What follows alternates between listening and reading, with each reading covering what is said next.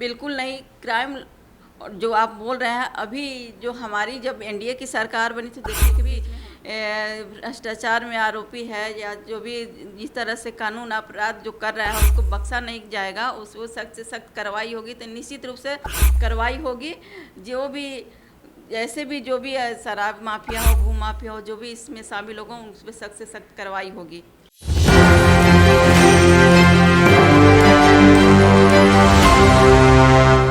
नमस्कार, मैं नंदन, आप देख रहे हैं एक न्यूज़ 24। पहले बता देते हैं कि हमारे साथ जुड़ी हुई हैं बीजेपी के ही प्रदेश प्रवक्ता पूनम सिंह। बात करेंगे सबसे पहले कि नौकरियों को लेकर जिस तरीके से सवाल आप लोगों पे उठाए जा रहे हैं, विपक्ष की तरफ से सवाल आ रहे हैं कि नौकरी तो छोड़िए, अब तो पेपर लीक हो रहा है, और जब तक बीजेपी की सरकार रहेगी पेपर लीक होंगे, चाहे राज्य में रहे या राष्ट्र में।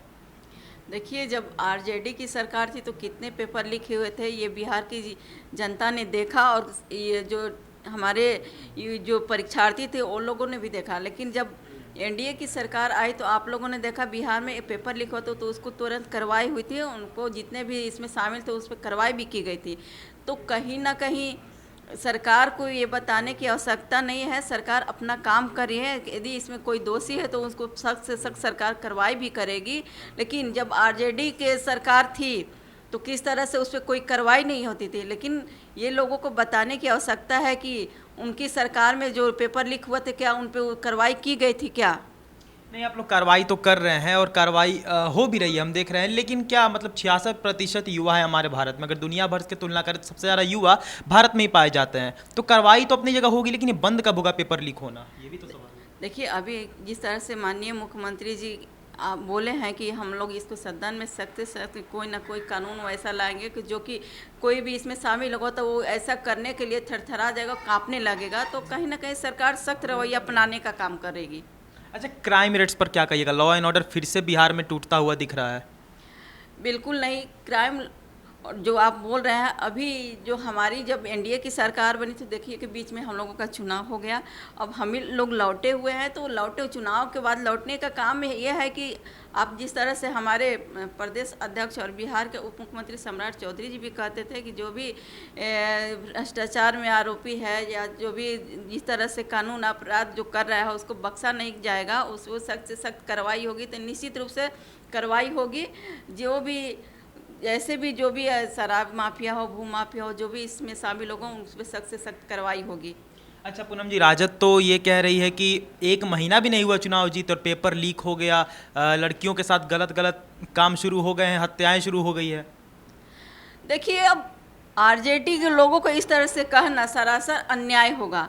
जब आरजेडी की सरकार थी किस तरह से दलित महिलाओं के साथ, जो कि हम अभी जब तेजस्वी जी सरकार में थे, किस तरह से यहीं खुसरूपुर के गांव में एक दलित महिला के साथ जो अपराध हुआ था, ये बिहार की जनता ने बखूबी देखा था। जिस तरह से किया गया उसके साथ, क्या तेजस्वी जी उस पर कोई जवाब देने के लिए आए थे क्या? ना ही कोई उनके यहाँ से मुख्यमंत्री में जो रही राबड़ी देवी जी, एक महिला होकर के कोई उनका बयान नहीं आया। ये लोगों को बोलने का अधिकार नहीं है। इन्हीं की जब सरकार थी तो किस तरह से महिलाओं को घर से उठा लिया जाते थे, किस तरह से इनकी जब बेटी की शादी होने की कगार पे थी तो अपनी बेटी के लिए वो लोग बंद जो कारखाने जो थे गाड़ी की, उनसे फैक्ट्रियों में से गाड़ी उठवा लिया करते थे। तो ये लोग अब बताएंगे कि किस तरह से बिहार में जो अभी सुशासन की सरकार है, और सुशासन की सरकार में जो भी दोषी होता है उस पर कार्रवाई की जाती है। लेकिन उनकी तरह नहीं कि उनके ही राज में रह करके उनके ही लोग जिस तरह से हत्या नरसंहार उन्हीं के लोग शामिल थे। आज कहीं ना कहीं बच्चे खुचे जो लोग हैं वो सावधान हो जाए, क्योंकि ये एनडीए की सरकार है। यदि ऐसा वो करेंगे तो उनको जेल के अंदर भी जाना पड़ेगा। अच्छा पूनम जी, एक आखिरी सवाल आपसे लेंगे, विधानसभा इलेक्शन को लेकर करते हैं कि कितना मुश्किल होगा इस बार विधानसभा इलेक्शन, क्योंकि ज़्यादातर बात करें गन्ना की बात करें, जाति गन्ना की बात करें तो मुसलमान और यादव सबसे ज़्यादा बिहार में है, अगर आंकड़ों की बात करें तो। और वही मुसलमान और यादव से आप लोग का यानी एनडीए की बात करें तो थोड़ा पटता नहीं है, वहाँ पर देवेश चंद्र ठाकुर का भी बयान आ गया है। तो कितना कुछ मुश्किल हो सकता है आप लोगों के लिए? देखिए, माननीय नरेंद्र मोदी जी कहते हैं सबका साथ, सबका विकास, सबका विश्वास, सबका प्रयास। तो हम लोग सबकी चिंता करते हैं, किसी जाति धर्म का नहीं। माननीय नरेंद्र मोदी जी स्पष्ट रूप से कहे हैं कि हमारे लिए जाति कोई है तो 4 जाति है, चाहे महिला हो, गरीब हो, दलित हो, किसान हो, इसकी चिंता करते हैं। देवेश चंद्र ठाकुर जी की अपनी जो कष्ट जो उनकी हुई है उस बात पे, उस विषय को उन्होंने जनता के सामने रखने का काम किया है। तो वो उनकी अपनी सोच हो सकती है, लेकिन रही एनडीए की सवाल तो एनडीए सबको साथ लेकर चलती है और सबकी चिंता करती है।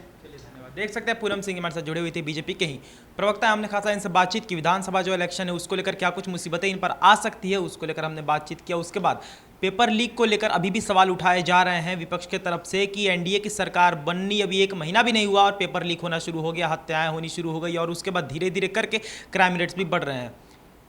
तो हमारे साथ पूनम सिंह जी थी, हमने इस खासा इनसे बातचीत की जो इन्होंने कहा आप वीडियो में देख सकते हैं। तो ये थी आज की रिपोर्ट, बाकी और तमाम खबरों सब बने देखने धन्यवाद।